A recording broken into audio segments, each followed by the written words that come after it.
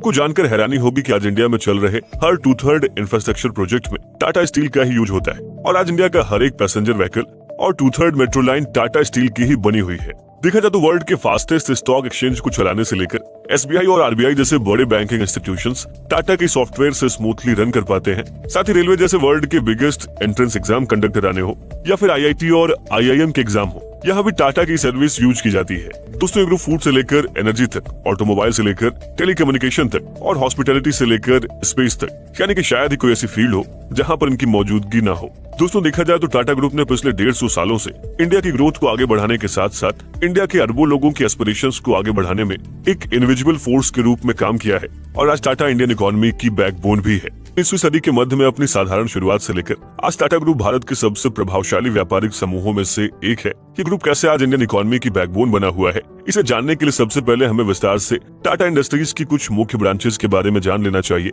और ऐसा हम इसलिए कह रहे हैं क्योंकि इनके बारे में जानकर ही हम ये समझ पाएंगे आखिर क्यों टाटा को भारत का रत्न कहा जाता है और आखिर क्यों उस ग्रुप के पास इंडिया को सफलता की ऊंचाइयों पर ले जाने का मादा है। दोस्तों, इसमें सबसे पहला नंबर आता है टाटा स्टील का, जिसे पहले Tata iron and Tata steel company यानी कि टिस्को के नाम से भी जाना जाता था। देखा जाए तो इसकी एस्टेब्लिशमेंट इंडियन इंडस्ट्रियलाइजेशन में एक रेवोल्यूशनरी स्टेप माना जाता है। जमशेदपुर में मौजूद टाटा स्टील प्लांट ने भारत की स्टील इंडस्ट्री को डेवलप करने में अपनी महत्वपूर्ण भूमिका निभाई है। दोस्तों, किसी भी देश में इंडस्ट्री को ग्रो करने के लिए एक बेसिक इंफ्रास्ट्रक्चर की नीड होती है। जैसे कि कार बनाने के लिए पहले कार की फैक्ट्री बनना जरूरी है, ऐसे में कार की फैक्ट्री एक बेसिक इंफ्रास्ट्रक्चर है। और जब देश को उस बेसिक स्ट्रक्चर को बनाने के लिए स्टील की जरूरत थी, तब टाटा स्टील ने इस कमी को पूरा किया। दोस्तों, टाटा स्टील ने भारत में बाकी इंडस्ट्रीज की जननी के रूप में काम किया और आज इंडिया में शायद ही ऐसी कोई जगह होगी जहां पर इनके स्टील का इस्तेमाल न किया गया हो। भाखड़ा नांगल बांध हो या फिर बंगाल का हावड़ा ब्रिज या फिर बात करें मुंबई के सीलिंग की, इन सभी का निर्माण दोस्तों टाटा स्टील से ही किया गया है। देखा जाए तो इंडिया की 2/3 मेट्रो रेल, फ्लाईओवर और ब्रिजेस में भी टाटा स्टील का इस्तेमाल हुआ है। साथ ही 95% इंग्लैंड का रेल नेटवर्क भी टाटा स्टील से बना हुआ है और इवन बुर्ज खलीफा में भी टाटा का स्टील यूज हुआ है, जो इतनी भीषण गर्मी में भी बिल्डिंग को ठंडा बनाए रखता है।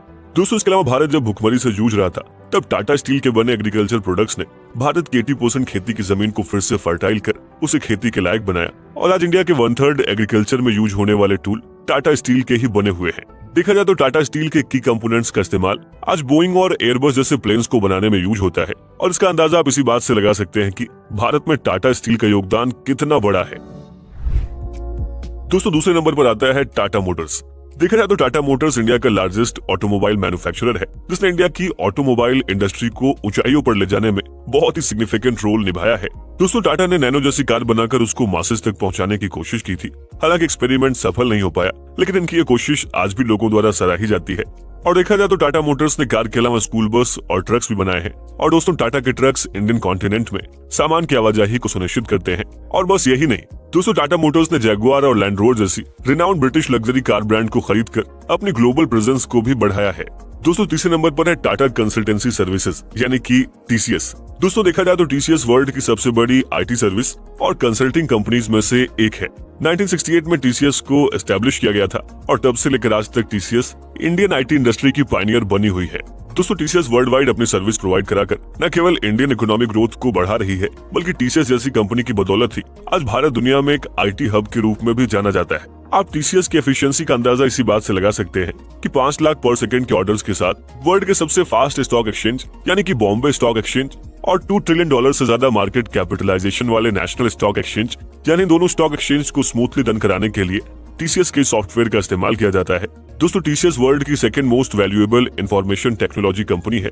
साथ ही टीसीएस इंडिया के कोर बैंकिंग सिस्टम जो कि 750 मिलियन रिटेल कस्टमर्स को होल्ड करता है यानी एसबीआई और 23,840 रूरल और अर्बन कोऑपरेटिव बैंक्स को अपनी सर्विस प्रोवाइड कराता है। दोस्तों, इन सब के अलावा आरबीआई सिक्योरिटीज और एक्सचेंज बोर्ड ऑफ इंडिया यानी कि सेबी के सर्विलांस सिस्टम्स और real time income tax collection जैसे भारत के फाइनेंशियल बैकबोन टाटा द्वारा ही ड्रिवन होते हैं। दोस्तों, चौथे नंबर पर है टाटा पावर। देखा जाए तो मौजूदा समय में अगर किसी देश को सोने की स्पीड से ग्रोथ करनी है तो उसके लिए उस देश में इलेक्ट्रिसिटी की निर्बाध सप्लाई होना बहुत जरूरी है और दोस्तों इंडिया में ये काम टाटा पावर बहुत ही अच्छे से कर रही है। देखा जाए तो टाटा पावर इंडिया की लीडिंग पावर जनरेशन और डिस्ट्रीब्यूशन कंपनी है, जो 120 गीगावाट तक पावर जनरेट करने के साथ ही लगभग 500 मिलियन लोगों को पावर सप्लाई करती है। साथ इस ग्रुप ने अभी तक 13,000 किलोमीटर से ज्यादा की ट्रांसमिशन लाइन का निर्माण किया है। ये ट्रांसमिशन लाइन भारत की हाई कैपेसिटी पावर ट्रांसमिशन की बैकबोन है। साथ ही टाटा पावर सदर्न ग्रिड को सेंट्रल और ईस्टर्न ग्रिड को नॉर्दर्न से मिलाने का काम करता है। साथ ही ये गुजरात, राजस्थान, महाराष्ट्र, दिल्ली, हरियाणा, पंजाब, वेस्ट बंगाल, उत्तर प्रदेश, ओडिशा, मध्य प्रदेश, झारखंड और बिहार जैसे स्टेट्स में बिजली पहुंचाने के लिए जिम्मेदार है। दोस्तों 5वें नंबर पर है टाटा कम्युनिकेशन। दोस्तों टाटा कम्युनिकेशन को पहले VSNL यानी कि विदेश संचार निगम लिमिटेड के रूप में जाना जाता था और ये ग्लोबल टेलीकम्युनिकेशन कंपनी है। देखा जाए तो अपनी इंटरनेशनल टेलीकम्युनिकेशन सर्विसेज के द्वारा इंडिया को बाकी वर्ल्ड से जोड़ने का काम करती है। साथ ही इंफॉर्मेशन टेक्नोलॉजी में भारत कहीं बाकी के देशों से पिछड़ न जाए, इसका भी पूरा जिम्मा टाटा कम्युनिकेशन ने ही उठाया हुआ है। आपको जानकर हैरानी होगी कि टाटा कम्युनिकेशन का फास्ट नेटवर्क सिलिकॉन वैली से सिंगापुर तक डाटा ट्रांसफर में केवल 180 मिलीसेकंड्स का वक्त लेता है। और दोस्तों Tata communication connectivity, managed services, cloud computing और सिक्योरिटी सर्विसेज जैसी सुविधाएं प्रोवाइड कराता है। देखा जाए तो उनका एडवांस्ड सबसी फाइबर नेटवर्क वर्ल्ड के 30% इंटरनेट रूट को कैरी करता है, जो 200 कंट्रीज और टेरिटरीज में अपनी सर्विस को प्रोवाइड कराता है। साथ ही टाटा का नेटवर्क सिस्टम इतना फास्ट है कि एक सेकंड में डेटा 16 बार पूरे वर्ल्ड का चक्कर लगा सकता है। 206 पॉइंट पर आता है टाटा ट्रस्ट। ये बात आप में से कई लोग जानते होंगे कि टाटा एक एथिकल कंपनी होने के नाते अपने नेटवर्क के एक हिस्से से कई ट्रस्ट को रन करती है। देखा जाए तो टाटा ट्रस्ट का पैसा कई परोपकारी ऑर्गेनाइजेशंस को फंड करने के साथ साथ अपने कई वेलफेयर प्रोजेक्ट्स को रन करने में जाता है। साथ ही टाटा का education, health care, rural development और पॉवर्टी को कम करने में अच्छा खासा कंट्रीब्यूशन है। साथ ही दोस्तों ये trust Tata medical centre, Tata institute of social sciences और न्यूमरस और कई सारे एजुकेशनल इंस्टीट्यूशन जो सोसाइटी पर पॉजिटिव इम्पैक्ट डालते हैं उसको भी फंड करता है। दोस्तों इन सब के अलावा टाटा के ट्रस्ट मार्जिनलाइज्ड कम्युनिटीज के लोगों को ऊपर लाने और भुखमरी को कम करने के साथ साथ और सोशल वेलफेयर को प्रमोट करने के लिए काम करता है। देखा जाए तो टाटा ग्रुप इंडियन डिफेंस में भी अपनी भूमिका निभा रहा है। वर्ल्ड वॉर 1 से लेकर मौजूदा समय में ये ग्रुप इंडिया को लैंड, वाटर और एयर डिफेंस में अपनी महत्वपूर्ण भूमिका निभा रहा है। दोस्तों टाटा ग्रुप ने ही Pinaka multi barrel rocket launcher develop किया था, जिसका इस्तेमाल कारगिल वॉर में किया गया था। इसके अलावा Akash army, air force missile launcher, Prahar mobile launcher system और दूसरी surface to air missile launcher, इन सभी को इसी ग्रुप ने डिजाइन किया है।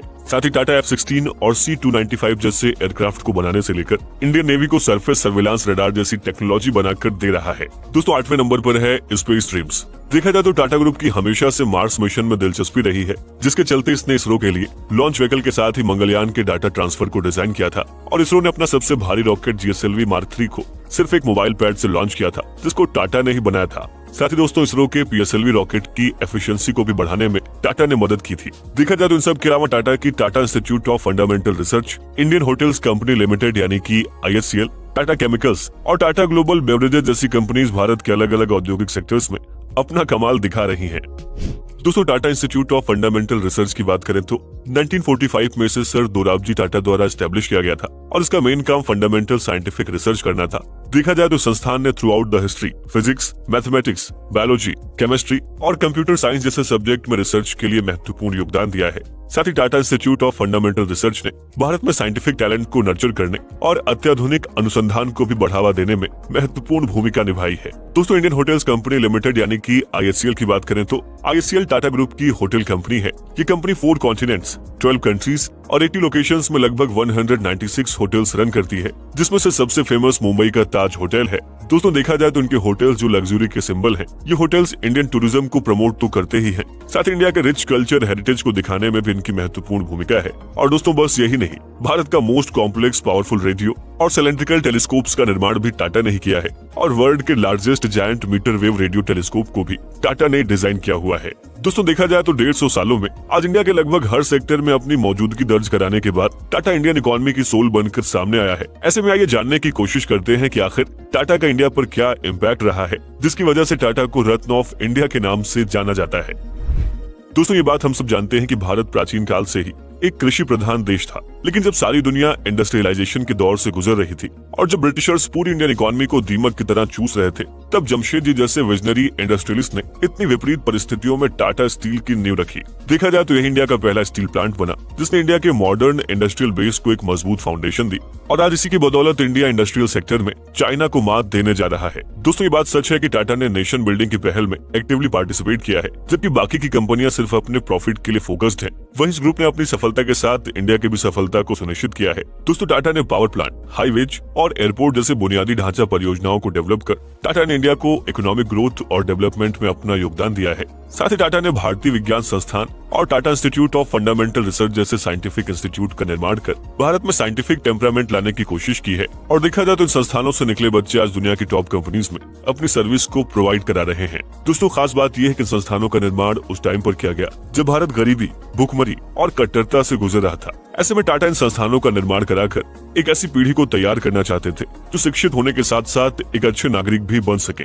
दोस्तों इसके अलावा टाटा हमेशा से इंडिया में एंटरप्रेन्योरशिप और इनोवेशन में आगे रहा। देखा जाए तो अपनी कंपनीज के माध्यम से ये समाज में उद्यमशीलता को बढ़ावा देकर इनोवेशन को आगे लेकर आए हैं। साथ ही डिफरेंट सेक्टर्स में भी टाटा ने पैर जमाकर भारत में लाखों नौकरियों का सृजन किया है, और आज भी टाटा में 2 लाख से ज्यादा वर्कर्स जॉब करते हैं। दोस्तों टाटा को इसीलिए बाकी कंपनियों से अलग माना जाता है क्योंकि जहां बाकी कंपनी सिर्फ और सिर्फ प्रॉफिट से मतलब रखती हैं, वहीं टाटा अपनी सोशल रिस्पॉन्सिबिलिटी को बहुत अच्छे तरीके से समझती है। फिर चाहे बात सोशल वर्क की हो या फिर एनवायरमेंट की, ये हमेशा से कोशिश करते हैं कि इनके काम से पर्यावरण को कोई भी नुकसान ना पहुंचे।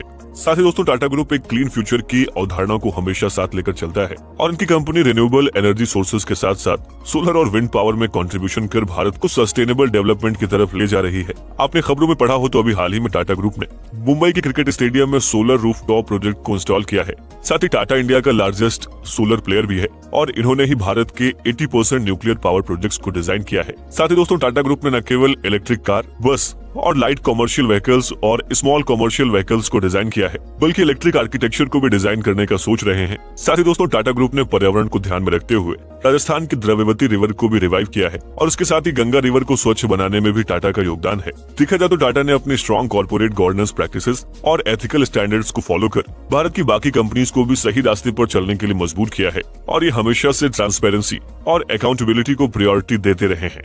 ऐसे में ये कहा जा सकता है कि टाटा की इस अप्रोच ने न केवल इनके साथ जुड़े स्टेक होल्डर्स का ट्रस्ट जीता है, बल्कि इंडिया में बाकी कॉर्पोरेट के लिए भी एक हाई स्टैंडर्ड सेट कर दिया है।